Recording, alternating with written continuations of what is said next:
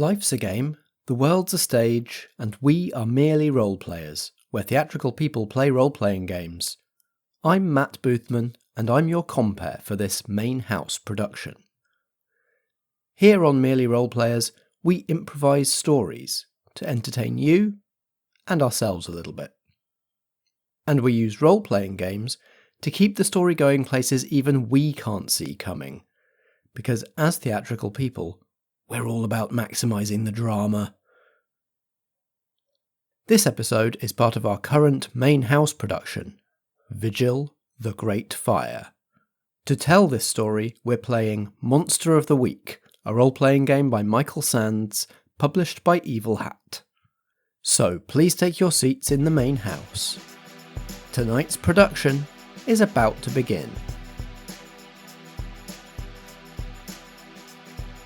Vigil, a Merely Role-Players main house production. The Great Fire, Act 5 of 5. I'm Ellie, and I play Percy Byron, the Exile, a Victorian monster hunter and half-sister to Ada Lovelace. Percy tried to time travel to 1666 to stop the summoning of an apocalyptic demon, but something went wrong, and she landed here in the present day. I'm Dave and I play Mick the Mundane. Mick is Sheridan's favourite builder, but his life has been getting weirder since he dug too deep and hit a leyline. I'm Strat and I play Brier, the Monstrous. Brier is a shape-shifting Fey Guardian of the Rosebrier forest. They take their job very seriously, but can get a little distracted if there's mischief to be made. My name's Chris McLennan and I'm playing Ed Kincaid, the Professional.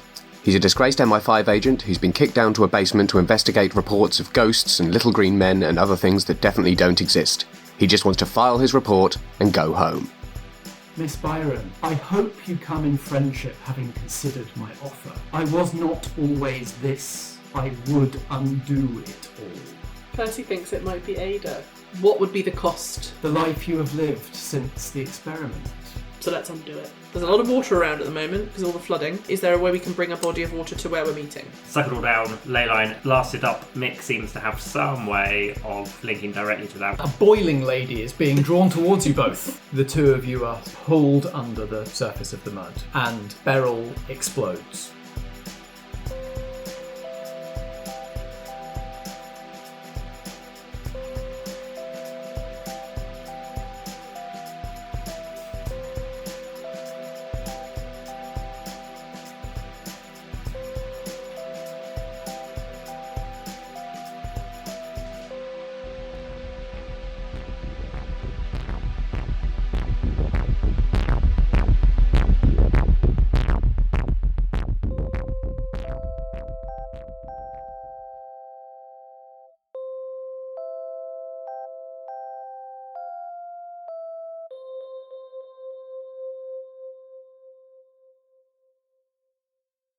You would have both been caught in it. It would probably have blown you both out of the muck and disrupted the ritual impressively. But it's too late for Beryl, but she doesn't disrupt the magic. As the two of you are pulled down, and it does feel like being sort of underground and like squeezing through earth and a tunnel, but it's not claustrophobic, if that makes sense. It is almost like sort of going through a very tight water slide.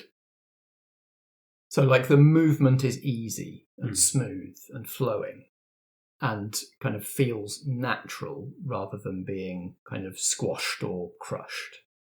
Brier, you can sort of feel the light and the power of the ley line all around you.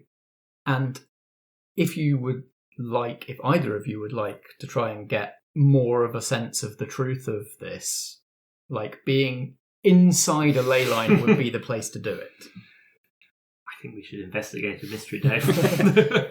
I think while we're here, still like it's a water slide, eyes closed, going. So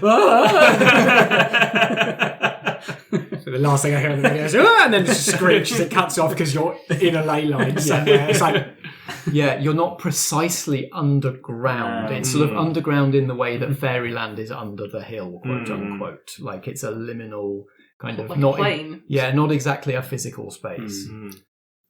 Yes, I think that's going to be all on you if you've got your eyes open. Sure. I will investigate a mystery. Yeah, roll plus sharp. I will roll plus sharp. Oh, excellent. That's a 10. 2 questions. How exciting. How is this phenomenon doing this? But I would like to pivot it towards the how is it connecting with Mick.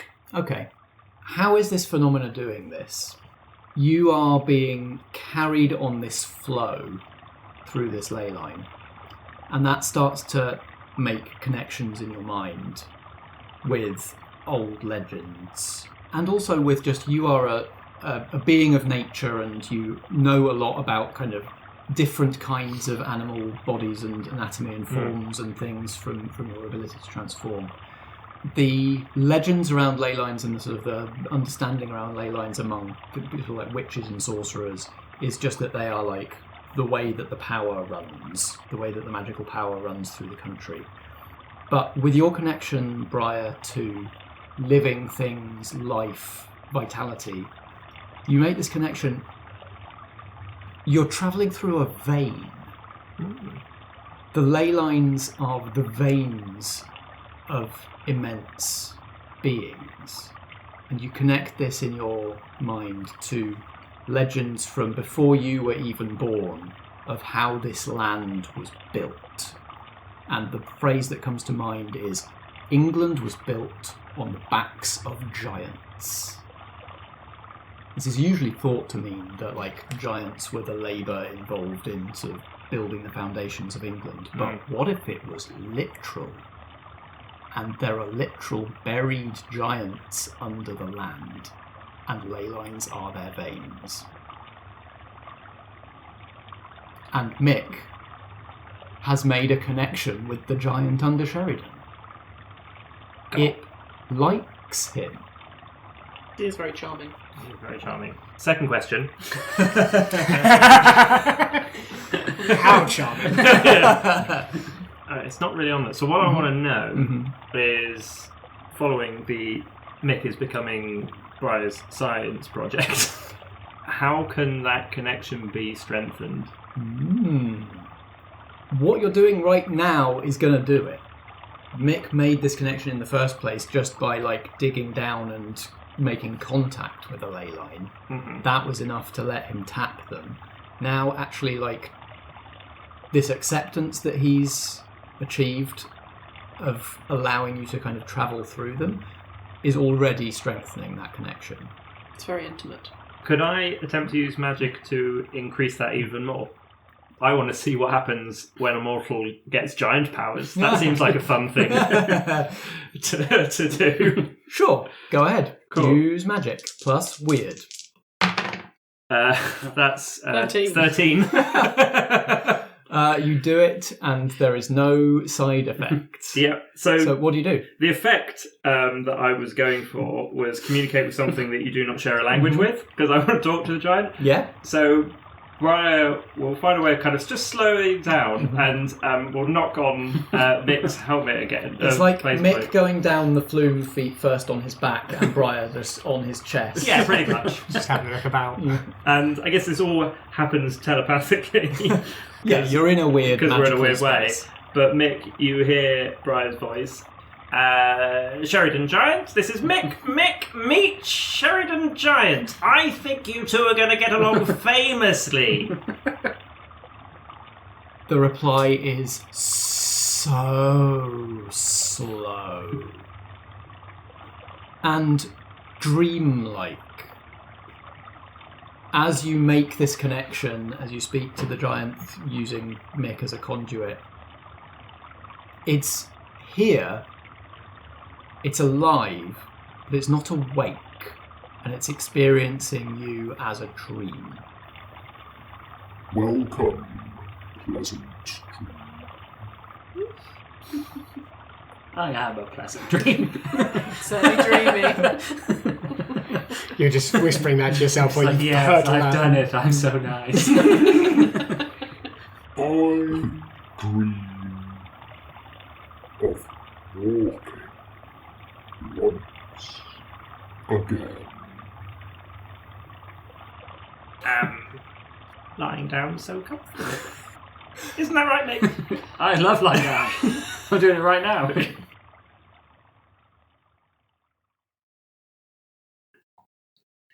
Percy Hello. and Kincaid. I think Percy can sense that there's a gun pointed at her. It's quite far away. Yeah, but Percy's been trained since birth to be in battle, so has developed quite a attuned sense to it. And also she knows that you can hear what's happening. So I think there's a sort of sudden realisation that Percy's decision may not be championed by her colleagues and friends here.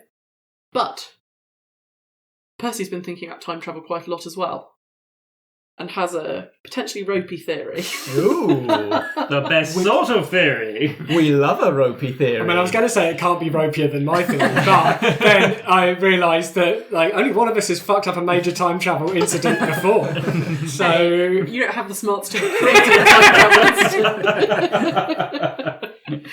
travel. Percy's also been watching all of the Marvel and Avengers back catalogue. seen Primer 17 times. yeah. And has dabbled in readings around, obviously, up-to-date research in these things, and I'm sure Ada will have done as well. Set a lot of books on fire by accident, I assume. And says, raising her voice so that she knows both Ada and Kincaid will be able to hear, what if we don't have to destroy this timeline in order to return to ours?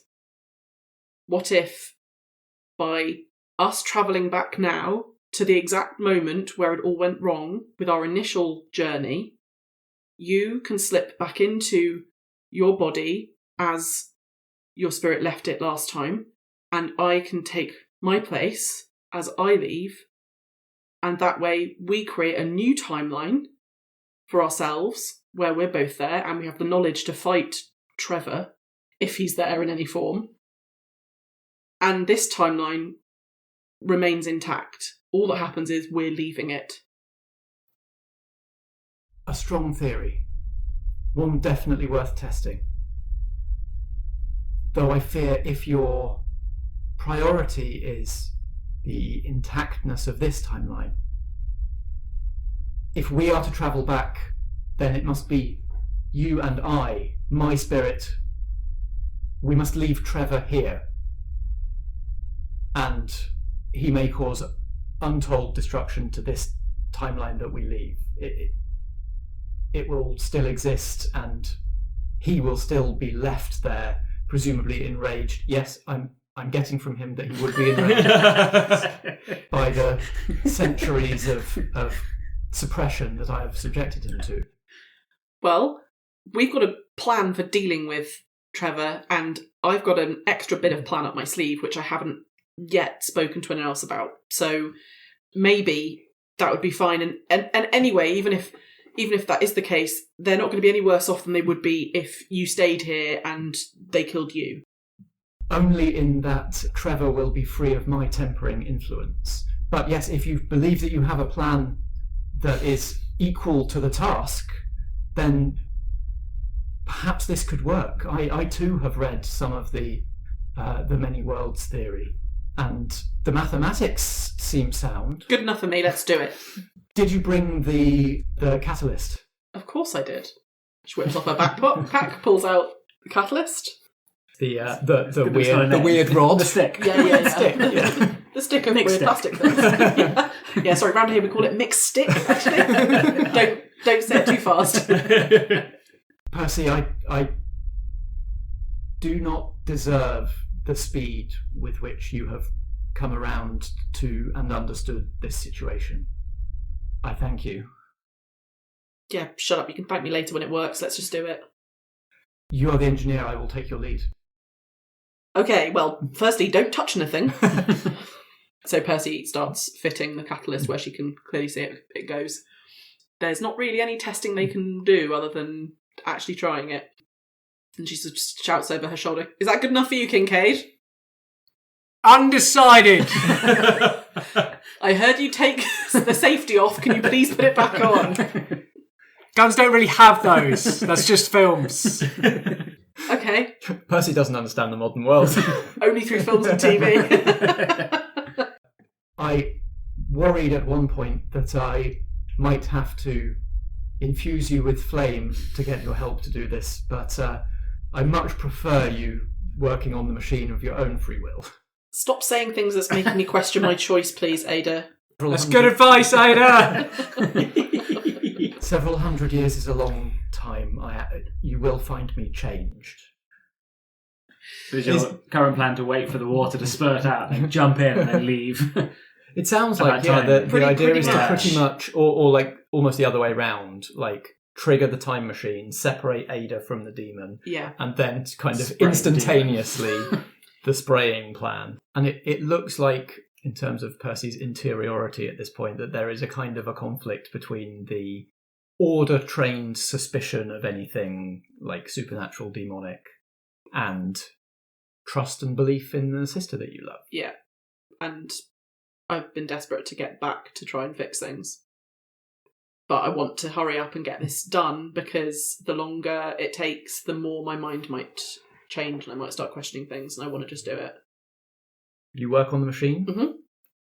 Directed by Ada. Ada standing a little way away, because even just to be near her hurts. She's blazing almost uncontrollably. She tells you a little more as you work about the containment suit that she had her minions fashion to keep Trevor's flame more contained and focused so that she wouldn't blaze out of control. And as she says that, you can see that the breastplate, braces and greaves, like, there is technology woven into them. They're kind of like steampunk things. It's hard to see because they're glowing so white hot. But, this is one of the ways that she has kept herself, tried to limit the destruction that she's had over all this time. It takes a little while, it takes some time, but as we know, the water build-up takes some hours. Completing the machine takes some hours. If anybody were hovering over Sherrydown at this point, they would see all of the flooded areas slowly but noticeably draining just into the ground, seemingly impossibly, and all of those areas becoming dry and, in fact, perhaps even more lush than they were before. The back garden that Mick was working on becomes green and dry again. Sherrydown Green goes back down to being a pond rather than a bog. Areas of the Rosebrier forest that had become swampland changed back once again to simple churned mud as Mick and Brier speed through the ley lines. Getting ready to undo all of that good work in one fell swoop. Experiencing ambiently around them the dreams of a sleeping giant, and the time machine comes together. What is the kind of last sort of thing to slot in that, like, lets Percy know, like, okay, it's ready now? It's Mick stick. Yeah, of course. So once everything else is up and running, it sort of slots in almost like a fuse. That's what I've heard, yeah. That's what Renko says. But as that happens, the whole thing sort of goes... Yeah, that's right. and lights up. And you have this like nostalgic deja vu feeling of the sound and the kind of crackle in the air. The strange metallic taste is exactly the same, even down to the kind of the heat, because last time the demon was approaching and it is present here again this time. Kincaid, are you still in the tree line, or have you approached at this point? I have not approached. I have not moved that gun. And what's going through your mind? I think so. I've just been waiting for things that Ada says, really, and trying to decide if it's a load of horse shit or not. But nothing has really jumped out that is any stronger than I've seen some science fiction films. Yeah, and you're seeing Percy's reactions, and like nothing, she looks perturbed and like tense and not exactly happy, but the reactions that she's having to the conversation are not suspicious. Is it ready? Yes, it's time.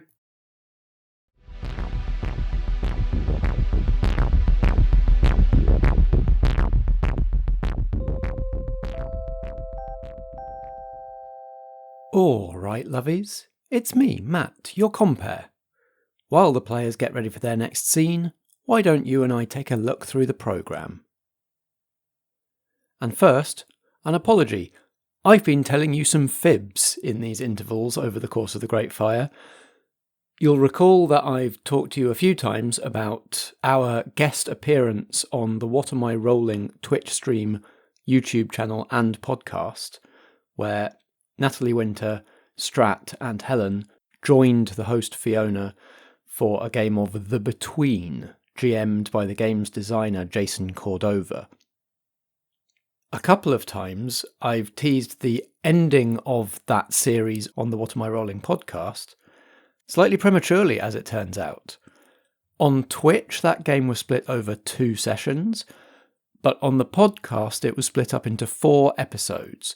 So if you took my erroneous advice and only listened to parts 1 and 2 of The Between on the What Am I Rolling podcast, there are 2 more episodes waiting for you to go and listen to, and I promise it actually really definitely is finished now.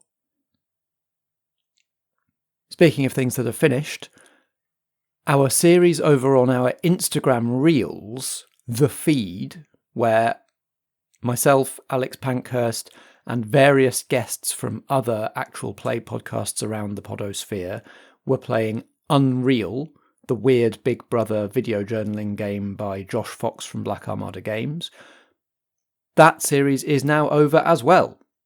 So if you want to head to @merelyroleplayers on Instagram and check out the highlights on our profile page, you'll find links there to all of the diary room videos and other sinister updates from the strange Big Brother house. Watch all those videos back and see all the teasers in those early videos for how things were going to go near the end. Also, in terms of things ending and closing, if you're listening to this on release day, you have very little time left, if you haven't already, to nominate for the CRIT Awards. That's the Creator Recognition in Tabletop Role-Playing Awards. There are categories there for role-playing games, for game designers, and also for actual play podcasts and streams like what we do here. If you're not sure what we've done that's eligible for the awards, there's a link in the programme notes to a post on our Tumblr that tells you everything you need to know. And of course, don't feel obliged to nominate us if you think that there are people that are better than us in any of those categories. All I ask is do nominate something, spread that net nice and wide so that all the stuff that all of us love is represented in the final shortlists when those come out later in the year. From endings to beginnings, coming up next on Merely Roleplayers. This is, as I'm sure you're aware, the fifth and final act of The Great Fire. Next week, as usual, we'll have a backstage post-show discussion of this production, where we'll do the Monster of the Week post-mystery admin. Everyone will gain some XP, and we'll talk about all the many revelations and changes to the world that have come about as a result of this story. And then the week after that, we're beginning a studio production called The Queen's Dead. In The Queen's Dead, I will be joined by Fiona Howard from What Am I Rolling, previously mentioned, and also Naomi Clark, writer of the podcast The Secret of St. Kilda, and regular cast member on Who Lives, Who Dice. We'll be playing a pre-release preview version of Court of the Lich Queen by Ursa Dice.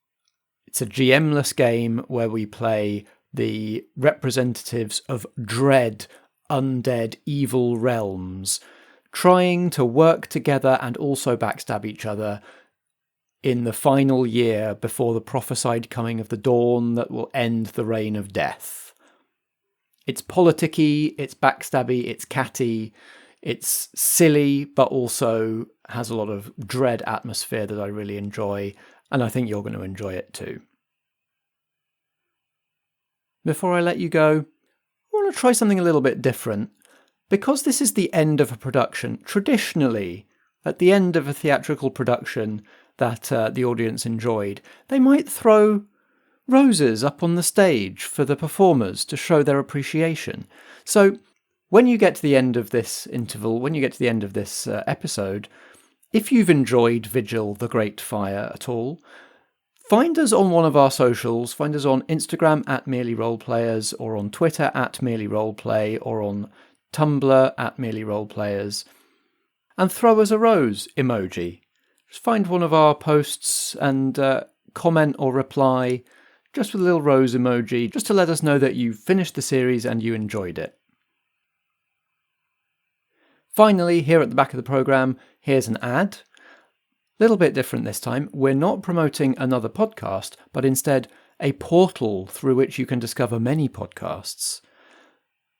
It's a newsletter you can subscribe to. I'm subscribed. I read it every week. We've also advertised in it, especially a couple of years ago when we were doing a stage show that we needed to get the word out about.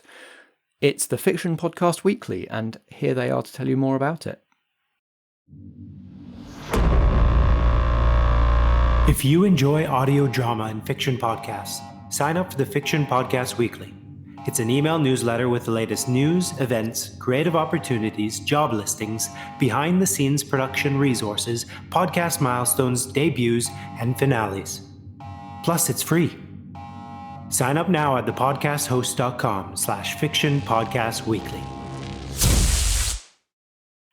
Now, please return to your seats in the main house for the final conclusion of Vigil the Great Fire.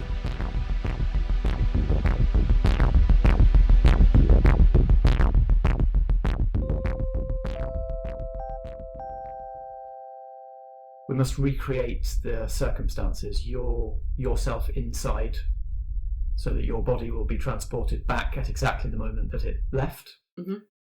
Myself outside, so that once again my spirit will be thrown. But the new catalyst corrects the fault that sent the wave in two directions. This should focus us, project us both to the same time. I'm not sure I'm ready. Are you? Never ready. Let's go. You're not about to be deleted from existence, so I don't really want to hear it. We might be, Kincaid, but... He's not got the gun training, you know. It's probably going to be fine. It better be. Otherwise, my other self, when he finally comes around, is going to hunt you down. Okay, well, presuming this does go well, please pass on my kind regards to everybody, because I won't be seeing you again. And Percy actually looks quite sad.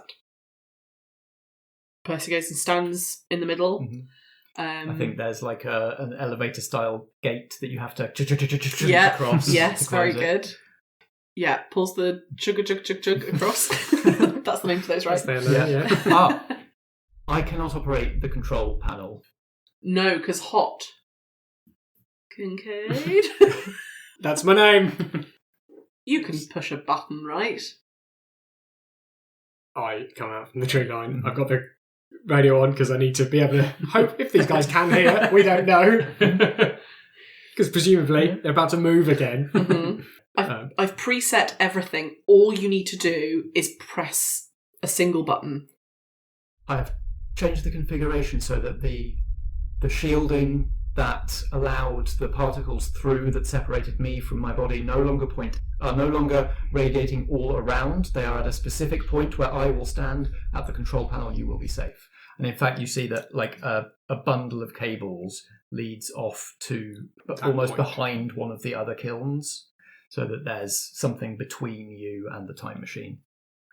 This is as safe as it gets. If we don't do this, it's going to... Only worse things can happen. Ah, for you. And I gotta get ready to hit the button. Thank you. Kincaid hits the button, and it's sort of bright. Is the main thing for from his perspective. He sees Percy standing in the middle, clutching her amulet, and a huge ball of light emanating from the amulet itself that's like looking at the sun. So presumably he looks away. Yeah, any warning before the button would have been excellent. So Kincaid, his eyes burn from the socket. No, just wait. I mean, I presume it makes hellish noise as well. He's going, to hell with this, and just runs back towards the wood. Cool guys don't look at explosions. But often, they know the explosion's going to happen. But yeah, I reckon it's not like an explosion. It's like a blinding flash of light, almost like a photo being taken, or like glare or lens flare, that then just sort of zips back into nothingness.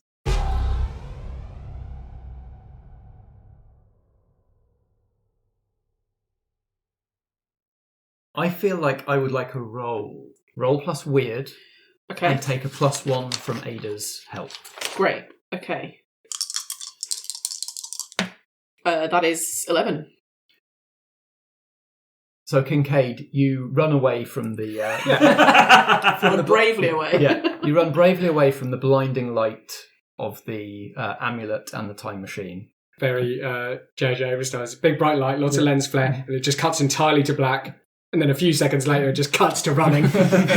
just heavy breath initially. Yeah. You're running into the woods? Yeah. Okay, great. Yeah, where the maximum potential for fire is. I haven't thought this through. It's just where my stuff is. Yeah. And find yourself continuing to run away, continuing to exist, which is a great start. I don't think I stopped running for quite a while.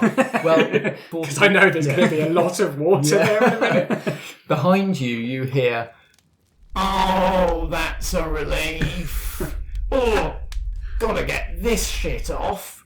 And you hear a crack of metal as the containment suit is broken and discarded, followed by the whoomph of an expanding fire as Trevor, the demon of flame, rises to the height of a 3-story building, towering over the trees and the charcoal pits. Oh, he's a big boy. Right. Time to get to work, finally. Brier and Mick, you have been racing through this vein for what feels like hours as the water has drained into the leyline system from the Sherrydown floods. Brier, as the one kind of in control of the magical side of this ritual, you feel that the system is full and the water needs to go somewhere. Operation Spit Take. Yeah. So phase 2. Well, phase 2 is going to have to change a bit because we weren't expecting to be there. I like the idea that the demon is suddenly there, and then suddenly a mortal and a giant pufferfish ball. A pufferfish, yeah. Well, seemingly a bouncy ball comes shooting out of the ground. Yeah. As sort of like land. Are you being shot out on top of the geyser? No. Or is the geyser hasn't come out yet? Geyser hasn't come out. Just the two two of us. of you are injected like a cork from a bottle. Yes. Yeah. Out of the ground. You fly up completely weightless to eye level with this demon of roaring flame. It's like, because he's now bigger and like less focused by the containment suit, it's more of like a deep orangey red flame rather than the kind of white hotness it was before. And there is a suggestion of eyes, and there is a suggestion that they cross to look at the two of you. It was like that the last time you saw this thing, it was slightly smaller than Percy. Yeah. And you dangle there for a moment and then fall. Brier will roll to Mick's feet. I look at him, and now the thing is, like, the cheeks are all puffed out. You're both covered in mud. Covered in mud. Half of which is baked by proximity to Trevor. Yeah, Brier, like they've got a mouthful of water, looks Mick dead in the eye, and just goes, That's really what I was hoping you were going to get. Mick will lift up the ball, point it towards the big fire, and squeeze as hard as he can. Roll plus tough. That is 12. Wow. What options would you like from the kick some ass list? I think you get 2 on a 10+. Okay, well, I will take less harm, and it puts Trevor into the position we need him to be in. Could the place that we now get them be that we squeeze enough water to create a new lake Yeah. that Trevor is now in? I was thinking we may just be about to create the A Sheridan new- wetlands. Yeah, there's now a new... There are the charcoal pits Yeah. around, Which would are be all a- now full of which water. would be a good place to Yeah. fill with water. Mhm. You squeeze this inflated goblin, and an absolutely biblical amount of water shoots out of his mouth in like a wide cone, like a sprinkler. It's not a jet. It's absolutely covering this entire area, spraying out in all directions. And at first, there's just a ton of steam, and then the fire that is Trevor just is completely doused. The entire area, every charcoal pit is filled with water. The time machine is ruined. Oh, yeah. All Gorgeous as well. the complex electronics drowned. Brier, you can see clearly with your Fey sight, and Mick, you can get a sense of this as well. Trevor has been reduced to a being of pure spirit without any flame to him, and has splooshed into one of the now waterlogged charcoal pits.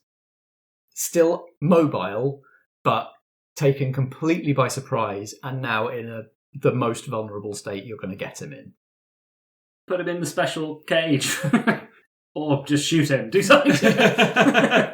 Percy left you with some weaponry, and I think for the purposes of if you're going to use it, maybe gave you a small vial of it each and put it in your pockets earlier. But basically, one of the things in the town that was here in Percy's time, and no one now knew where it is anymore, is called the Weeping Well. And the water of that well is particularly potent for banishing and for summoning. But that's what Percy had been working on, was making that potent enough that if we could get close enough to the fire demon, that that would make a really good way to hurt it, because she's spelled it so that it will banish it, the spirit of it, as well as it being water. You all have one of these. I'm very far away and I'm getting further and further away every second. Still running. Yeah, Kincaid, you've heard... I think when it stops being on fire behind me, I maybe start to slow down. It's no longer on fire. You've heard the spray of water. I still think I've gone quite far. Yeah, that's fine. You're back at the Morris Minor. I'm on the other side of the woods. Just like, right. Once again, Kincaid doesn't see the most... Kincaid gets on the other side of the woods, like hands and knees, just reaches in his pocket, finds this little thing of water and goes... unscrews the top and just drinks it. Kincaid maybe doesn't notice this in the moment, but the burn on his arm entirely heals up. I think he just feels refreshed. Never thirsty again. Just walks off. Well, looks like it's just you and me, giant boy. Right, let's make him wet. I love how Percy has had this really sort of deep emotional sort of revelation, and Brian Mick have basically been to a water park. Yeah. You're like relief in this episode. I nearly killed another player cat. Yeah. Speaking of which, Briar, Yes. is there a way that you could introduce being a nuisance to this situation? Oh no. Probably. You're at the point where all that needs to happen is you need to administer the coup de grace, Yeah. right? But why just do that? Yeah, that means you're safe now. There's only one thing that needs doing now, so you might as well have a bit of fun with it. Don't worry, I know how we should do this. And it's Briar's turn to plunge their hands into the soil. And as one of their arms come up, is holding a giant sword. And for the first time, I guess, Mick sees Briar turn into their 12-foot tall, kind of stone rocky golem guardian form. And with Mick holding the vial, Briar picks up Mick Mick is holding the vial and shouts, "Cannon ball!" and just lobs Mick at the flame demon. I did not consent to this. So Mick tucks into a ball midair. Still in scuba gear. Still in full scuba. I think I'm going to need a no limits roll to like survive. Not survive, but like Not have awful. to tough this out. Yeah, that makes sense. Going Okay. into water. Good. So roll plus weird. 8 minus 1 is 7. Okay. Do you take 1 harm or do you get -1 forward? I'll take a harm. Might as well. It makes sense that I'd be surprised and hurt by this. Mick's signature move in playtime was going through glass windows sledgehammer first. So I'm going vile. Right. Mick flies through the air, curled into a ball, vial first. As this, like, basically invisible, humanoid invisible heat haze rises out of the pool. Oh, nobody wants me to get the work done. And then you impact. Do I go just like straight through it? Absolutely. You go straight through it, but the vial breaks Yeah, on him as if he's solid. So you sploosh, you send up a huge spume of water as you land in the pool behind him. And when you turn around and Brier sees the liquid from the vial spreading throughout his invisible heat haze form, as the water of the weeping well begins the process of banishing him. Here's the form that the banishment takes.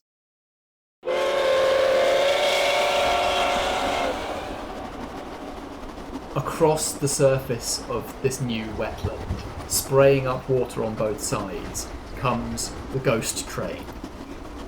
The ghost train looks at all times like it is at night being lit by yellow sodium streetlights. It is a black cast iron steam engine dragging a set of carriages that stretch off infinitely into the distance. There's no rails, it's just running on the surface of the water, and it screams to a stop. The doors of the engine open, and Thomas Butterworth, in a conductor's uniform, steps down, walking on the surface of the water, and just hoops Trevor up over his shoulder and chucks him into a carriage. All right, gents? Yeah? Tom. Hi, Tom. All right yourselves? Thanks. It's all right. That's what the ghost train does. Schedule stop, innit? Absolutely, we totally do that. Back to Inferno with this one, is it? Oh, yes, absolutely. Right you are. Oh, yeah. That's our next stop. Wonderful. And the train speeds off again at mind-bending speed, and the infinite train of carriages fades away. Done. You alright, Mick? I'm alright. Where's Percy and Kincaid gone? This is muffled, and then you can pull the scuba mask off. Brier having gone back to normal púca, so I guess just chill above water right now. Well, I don't know. I imagine Kincaid won't know about this tomorrow. Kincaid just comes over the hill to see there's water and a train just hurtling off. Nah. Don't know about Percy. Brier will remain in guardian form. I'm Trevor! Your water has only made me rock. I am solid fire.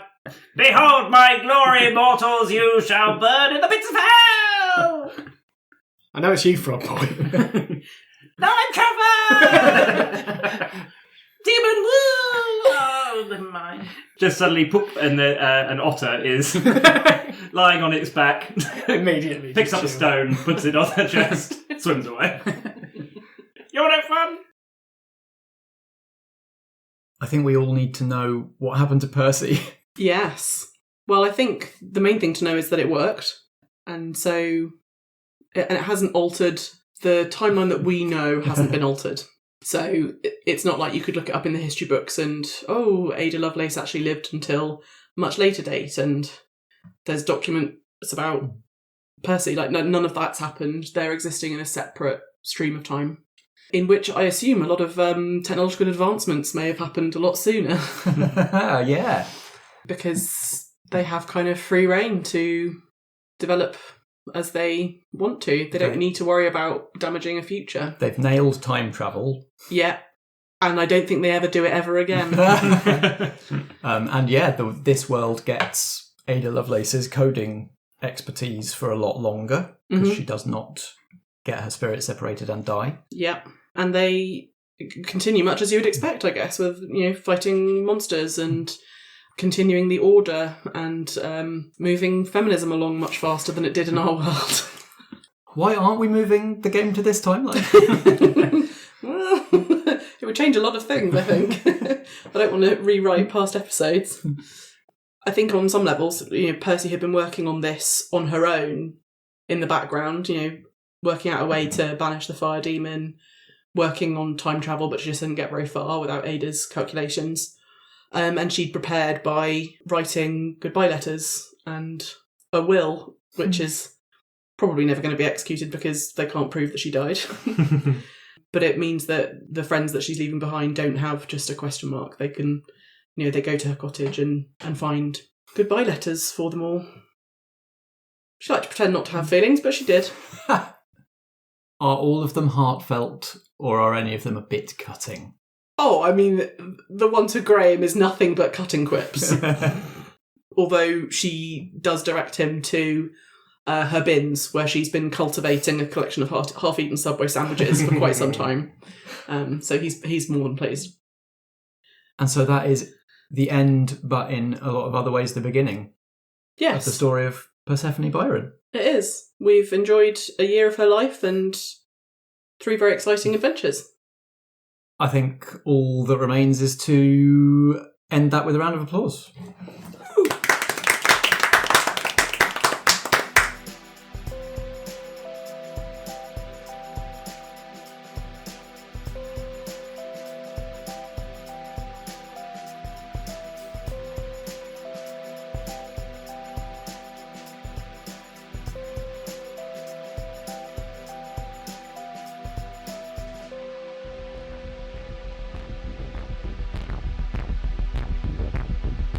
This has been Vigil, a main house production from Merely Roleplayers. It stars Ellie Pitkin as Persephone Byron, Dave as Mick Mason, Strat as Brier, and Chris McLennan as Ed Kincaid. I'm Matt Boothman and I play the supporting cast. Editing and sound design by me, and the theme music is by Alexander Pankhurst. We were playing Monster of the Week, a role-playing game by Michael Sands, published by Evil Hat Productions. You can find Monster of the Week at genericgames.co.nz. Merely Roleplayers is a Foggy Outline production in association with Blackshaw Theatre Company. Until next time, if drama be the food of life, play on.